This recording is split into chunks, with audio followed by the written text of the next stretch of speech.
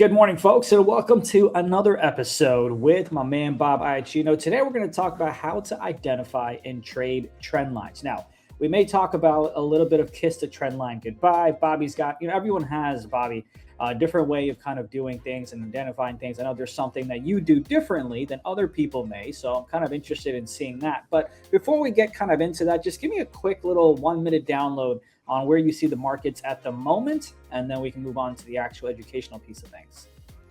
Well, we still obviously have the geopolitical headwind, and it's based on crude oil's price and not much else. Yeah. There's something interesting going on in tech. Obviously, tech has been fading the grind of crude oil, but not the aggressive type of move we got today. The yields are part of it. You saw short end treasury yields pop. They've been kind of bobbing up and down, and today the 2-year popped by 7 basis points, the 5-year by 5, and the 10-year by 4. The 10-year yield at 4.37 is the highest it's been since exactly 1 month ago, March 27th.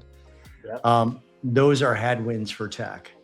Now, the reason that tech had been fading this a little bit is because of helium.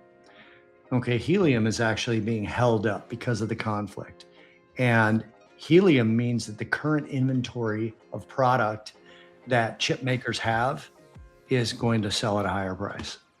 Prices of chips have been rallying along with the price of energy and some of the price of the rare earths that are getting held up because China is not producing because their energy costs are higher. Yeah. So that's actually been the tailwind to tech. And I'm just figuring that out over the last few days. But when you get a pop like this, you don't have that sort of optimism of, by the way, I mean a pop in tensions and a pop in yields and a pop in crude oil above 100 on the US crude. You're not seeing that sort of, okay, it's going to end soon, but we've got higher prices for chips right now, so that profitability is going to go. Yeah. Earnings are about 600 billion in terms of the estimated earnings, higher than they've ever been. So everything looks good for stocks, but the worse the conflict gets, the further away the conflict gets to a resolution and the perspective of the stock buyers, the weaker that sort of narrative gets. And here I thought helium was only good for balloons and messing around when I was a teenager. I'm going to share my chart real quick as we dive into some trend lines. Feel free to share yours as well. This is the trading view of like the automated trend line where it just kind of spews out a bunch of laser beams that it identifies, but then it kind of gets stopped. It kind of gets hit. There's one play here on MGM as I'm going to take this madness out as we dive into the topic where I love this trade. It broke to the upside. It broke my trend line that I drew, but then it came inside. And then how do you do that? But then it went outside again. Do I get in? Do I not get out? These are the types of questions I'm going to answer today. But why do you love trend lines in general? And then we'll take a look at your charts and kind of go over to your mindset when you trade them. Trend lines to me are, I think, from a trading perspective, are used incorrectly. Okay. And now you can use trend lines however you want. There's really nothing incorrect about the way somebody analyzes their data as long as it's consistent, right? Yeah. But people use trend lines as this is support and this is resistance, okay? Yeah. What we do is we use what's called a trade trend line. That's our term, and what it is it's a trend line that's generating a trade as opposed to just showing us a trend. This is Apple.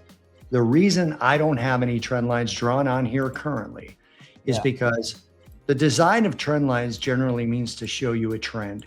Do I really need a line to show me that this was an uptrend? No.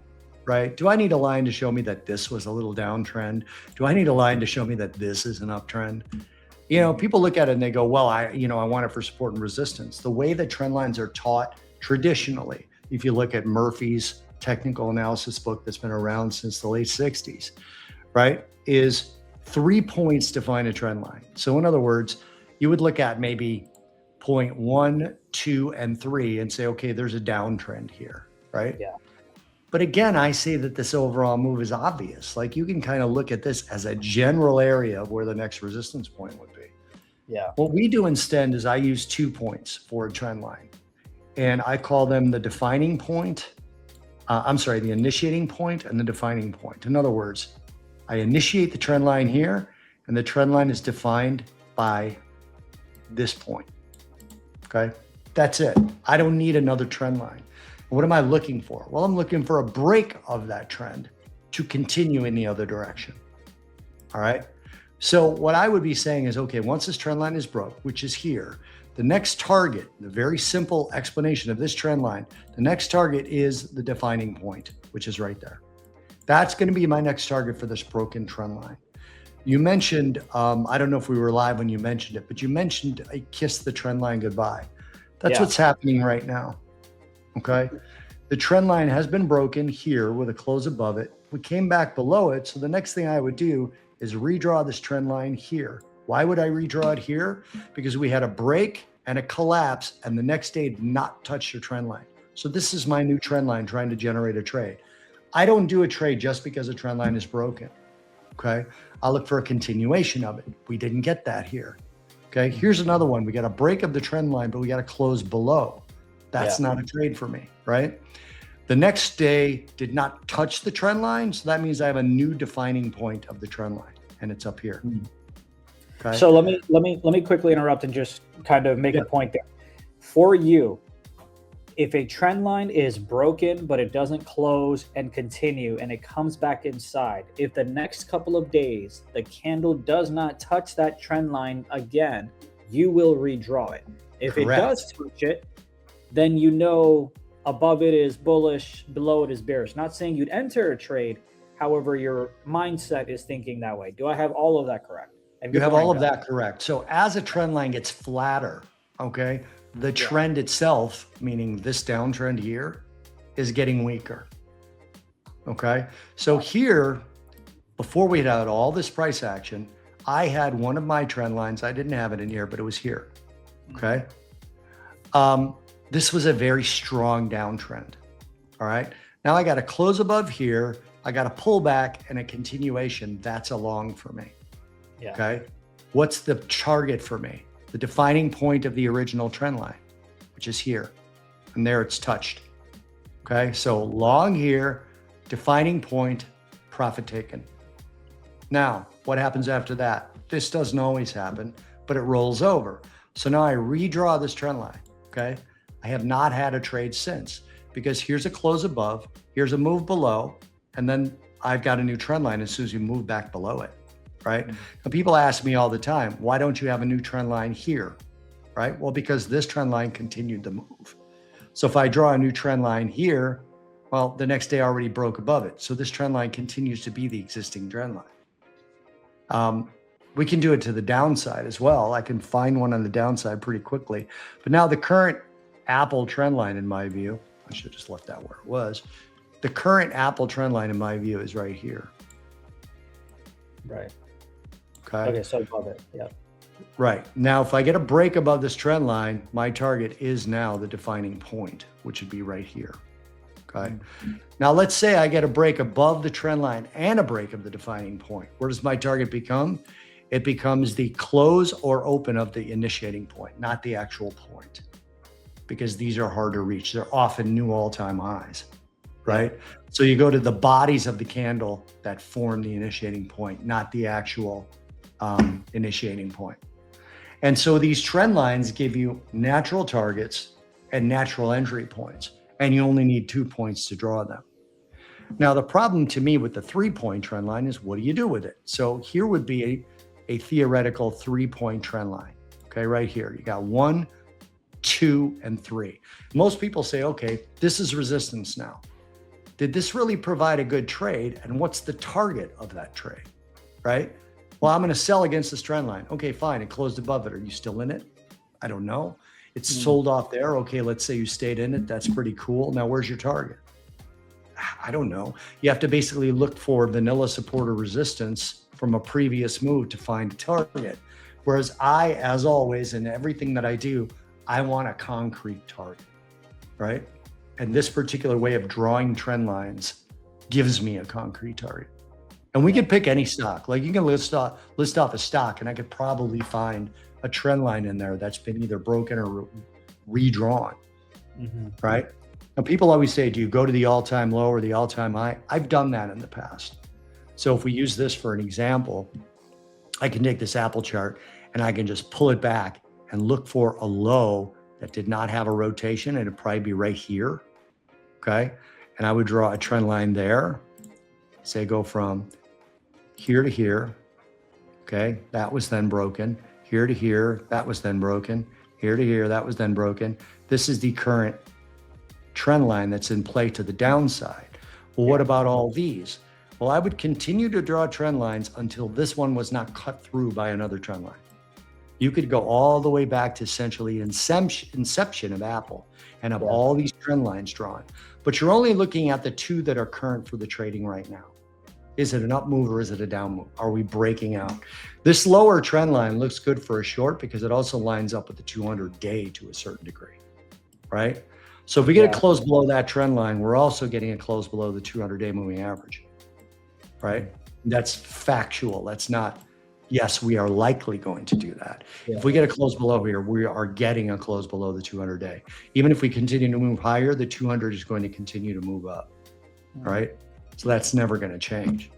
So I push back on the trend lines need 3 points to be valid. That's what I push back on, because those 3 points, yes, it shows a trend, but I already know what the trend is visually. And I don't really like those support and resistance trades because they don't give me everything else I need for a trade. Yeah. What do you do? Okay, so there's a couple of questions here for me. Trend lines, no matter what the time frame is, which we'll talk about here in a moment.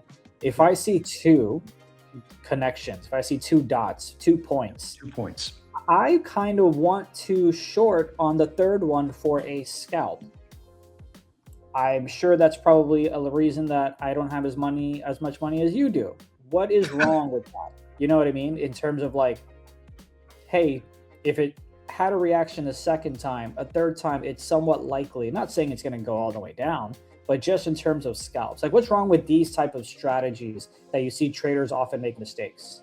Well, a couple of things. Number one, you don't have the rest of the trade. You say, I want to short there for a scalp. What else? What's the exact entry? Is it the trend line itself? What's the target? What's the stop? I could say the stop might be the high that broke the trend line if it got broken. The second thing is the 2 points establish the trend line. The third point is not proving that that trend line is reactionary. It's proving the trend line itself. So you would need the fourth point, because in traditional trend line education or trend line origination, the 3 points make the trend line. The third point is not the trade. It's the point that makes the trend line valid. It would be the fourth point that was the trade. Yeah. And I have seen people trade that. So if you're selling it, you're actually using my 2 point trend line, because before the third point is formed, you don't have a trend line yet. See, I agree with you, and I've heard that as well. My concern is always that fourth one now has more orders being eaten up and is more likely to go through. Now I'm talking out on my behind. I have no stats to back that up. I'm just thinking in terms of whatever makes me feel smart at night. You know what I mean? So it's like, that's the reason for that. But let me pause on that moment, unless you have a comment on it, and ask you, what are your favorite time frames to draw trend lines on? Something we're going to talk to Richie about later today as well. But what about for you? For me, it's weekly, daily, 4 hour, 60 minute in that order. That's my favorite thing to draw anything on. So for example, let's say that I have a rotation trade on the daily, which we can talk about that in the weeks to come. Yeah. Let's say I have a rotation trade on the daily.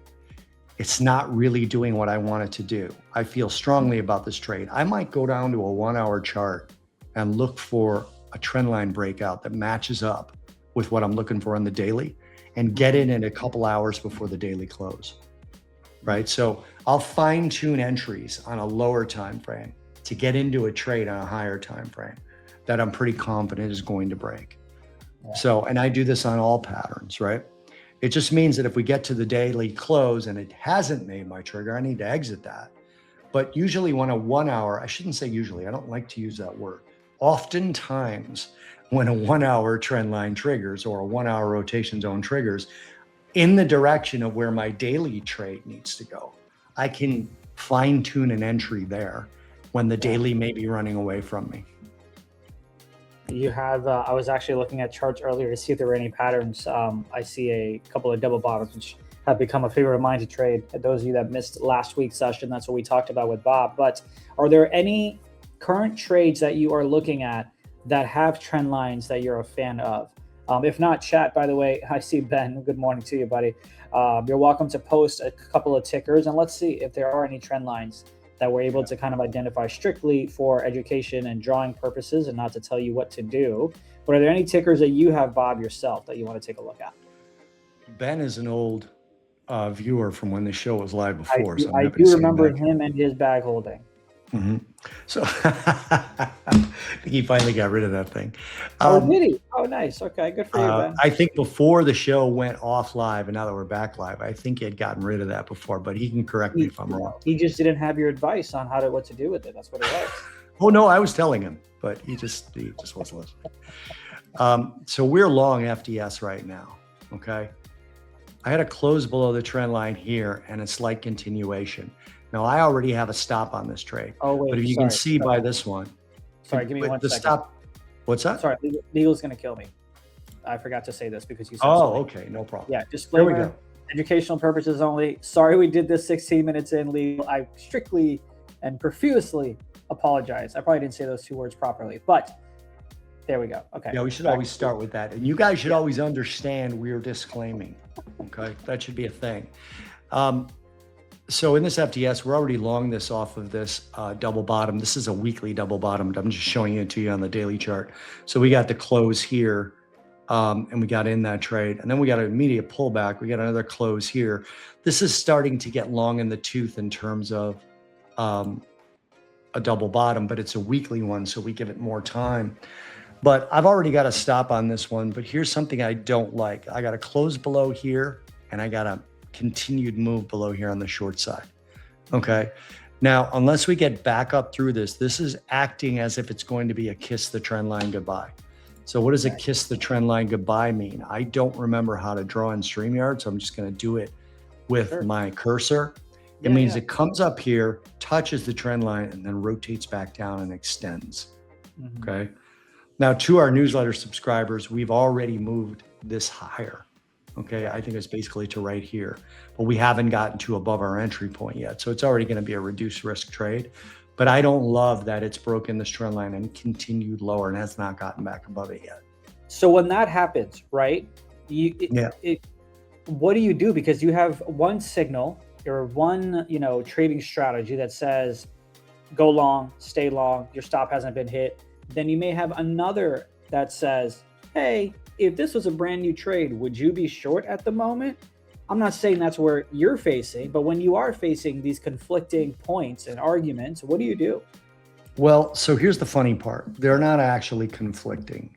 And here's why. What is my target if I wanted to take this short trade? It's here. Okay. Yeah. Where is my stop for the double bottom? It's here. Yeah. Okay. So in theory, I could take this trade. Now, we've gone through the whole way that I do trades in the past, and we should probably do it again, right? I have a stop, I have a target, and then I figure out my position size, right? Yeah. So let's say that just for the sake of conversation, I have a 50 lot long in FactSet. I have 50 shares, right? Yeah. Now, maybe my thing tells me to do 75 shares short. No problem. I sell 75. That's covered 50 of the FactSet, right? I get down to my target here. Okay, let's say that FactSet goes like this, goes up, kisses it, and comes down here to my target. This is a weird tool. All right, comes down here to my target. I now sell 75. I'm sorry, buy back 75, right? Yeah. I've got 50 longing it. So I'm long 50. When I buy 75, or when I sell 75 of them, I've covered 50 of the longs and I'm short 25, right? Yeah. Here, I buy back 75. So now I'm long 50 again. Does that make sense? Yeah. So essentially what I've done is traded inside the other trade. Yeah. Okay? That's what I've done. Yeah. So, and I do that a lot, usually with daily charts, not with weeklies. This is a daily chart. This is a weekly trade. So this would probably be a smaller position than the other one based on the way that I look at risk. But that's what I do. And we call that trading inside the other trade because my stop is short of my target. So there's a possibility that I could win on the short trade, cover it, and then win on the long trade as well. Duration has a lot to do with people having different opinions. You'll be talking to a friend of yours that trades, and you're like, oh, I'm long Apple. Oh, I'm short Apple. Okay, let's see who's right. You both could be right. if you've got the entire trade planned out. If both of you have the entire trade planned out, because your long trade could be inside of here and his short trade could be inside of here, and you could both win. That's the part that's lost on a lot of active traders who haven't been trading for a long time. Duration and size have much more to do with who ends up being right, and you both could end up being right. Yeah, especially, I couldn't agree more about the duration aspect of it as well. Because I remember a story you said a while back about you and another individual on TV doing an interview, you predicting, I think it might have been gold or something like that, that was going to do a certain thing. It was the British pound. Yeah, and by the time you had gotten back, it had done something a little bit different at the present moment, and they tried to dog you for it, but you said, wait a minute, what I said happened. I was right. And after it happened, then what you said happened, and therefore...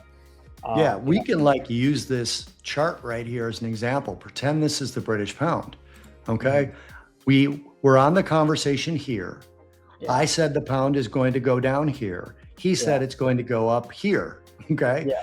Let's say that the next move of the pound was this, okay? Yeah. This is when we came on TV next. Yeah. And they said, okay, Bob, here you said it was going to go down to here, but you were wrong. It's up here now. Like, no, I was right. It went here first, and then it went there, right? And it's just a matter of timing as to when we were actually on TV together again. Yeah. So duration has a lot to do with it. Let's see what Ben's got. That goes along with my theory that trading isn't or doesn't have to be a zero-sum game. You know, it's so interesting you mentioned that, Ben, because I was literally 3 nights ago, I was thinking, is trading a zero-sum game?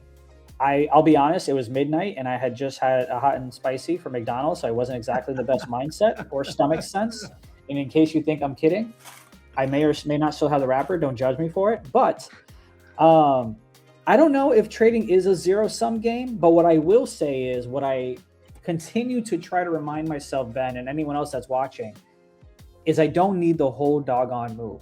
I don't need to have big whatever energy and know that I was right. I got the 40-point bagger. I got the 3x. It's like, nah, dude, I just need a big chicken and be able to pay some hot sauce and pay my bills. You know what I mean?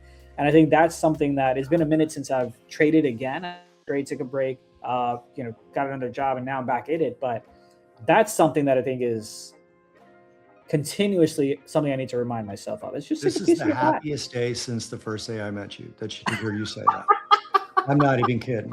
I'm like sitting here just basking in what you're saying. I'm like more of that warmth. I mean, I even text you tickers now. I'm like, hey, did you see this ticker? Did you see that ticker?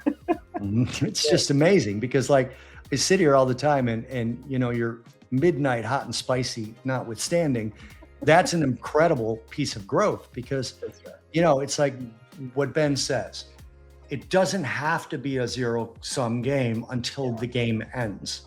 Yeah. When the game eventually ends, there will be a batch of winners and a batch of losers, but no, you're not always buying from someone who's selling at a loss, and you're not always selling from someone who's buying back a short at a loss.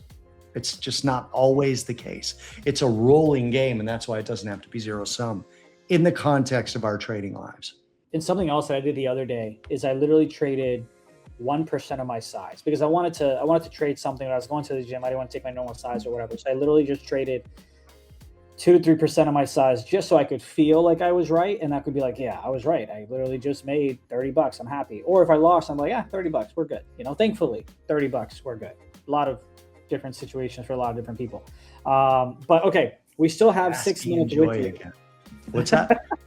I said we've got about 6 minutes with you here still. Again, folks, if you have tickers that you want us to kind of chart, we can try to do that real quick. What do you think are, a lot of them you already stated, so I'm trying to see if there's any other good nuggets that you have. What are some mistakes that you see people make with these trendline strategies that you want to help them avoid? Well, let me state this real quick first, sort of outside of the trend line box, although I did have trend lines on this particular chart before, and I'll put them back. I've been telling people on our show, our podcast, I've been telling people on news stories. I spoke yesterday to my friend Jim Bianco, and I put this theory past him. I spoke to Marta Norton from Empower. She was on our show, put this to her as well. I want to buy Tesla as a proxy for SpaceX. Okay. Mm-hmm. let's put a trend line in here and kind of go along with what my thesis was. And Jim Bianco said to me, is this because you think they're going to roll into one company? I said, well, no, I do think that, but this is not why I want to do that. By the way, you need to ignore all these instructions on here because these are from an old trade and I don't really need these on here anymore. But I said I want to buy Tesla as a proxy for SpaceX because I'm not going to be getting into the SpaceX IPO. It's just going to be too frantic and it's going to be run up and then it's going to come down. It's going to be too much volatility for my particular trading style, right? And when we got this close above the 200 that you see right here where my cursor is, this green candle, I'm going to zoom in a little bit. See this?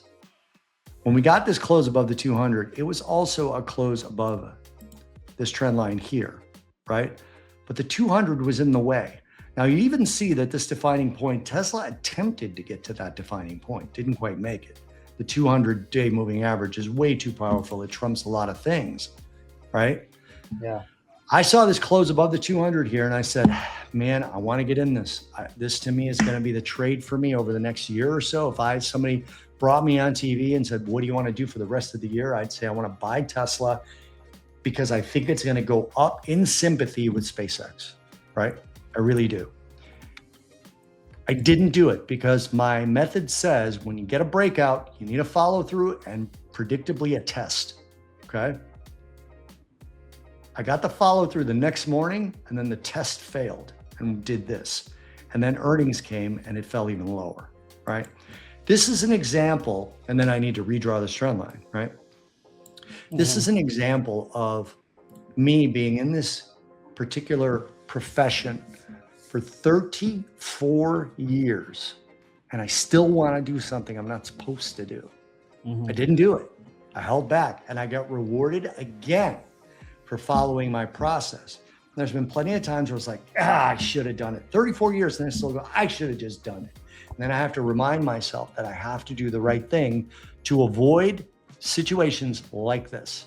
Right now, I would have been a losing trade and I would have been saying all the wrong things to myself. It's Tesla. It's going to come back. They're not going out of business. It was a position trade anyway. All these stupid things. When we all know that Tesla can make a new low. It's done it before. Do I need a trend line to show me this is a downtrend? No. But here's the trend line I'm watching. So now what I think I'm going to look at is not only a close above this 200, but a close above this defining point. So my theoretical buy point for Tesla will now be somewhere in here. Okay, it'll be somewhere where that bluish line is, because I want to be above the 200 and I want to be above this trend line. They match up in the same place, right? But if we were to get a trade here today, it wouldn't be above the 200. If we get a trade above the 200 in the next few days, it's going to have this defining point as resistance in my way. So now I need to close above them. And then I'm going to expect that this move is going to happen. And it's going to be somewhere in the range. It's going to get, I should say, it's going to get a tailwind in my view from the SpaceX IPO whenever that comes. Gotcha. Well, I appreciate the insight. And yeah, this reminds me of different ways to play it, especially when earnings were happening in terms of sympathy plays and then different things like that as well. By the way, yeah, crude continues like this, there's going to be Tesla buyers that are starting to come back in the market. I haven't thought about that correlation. Typically, it's just the SPY and crude oil or USO that kind of have opposite reactions. But always a pleasure. Folks in the chat, Felix's session that typically is at 11:30 market time will be on Friday. So we're going to take a 30-minute break, but I did go ahead and post a link in the chat where we're going to talk to Richie Nasso about his favorite time frames to kind of chart and also enter trades and all the topics that come within it as well. Bobby, thank you so much for your time, man. I appreciate it. Good to see you, man. See you folks next week. Bye-bye.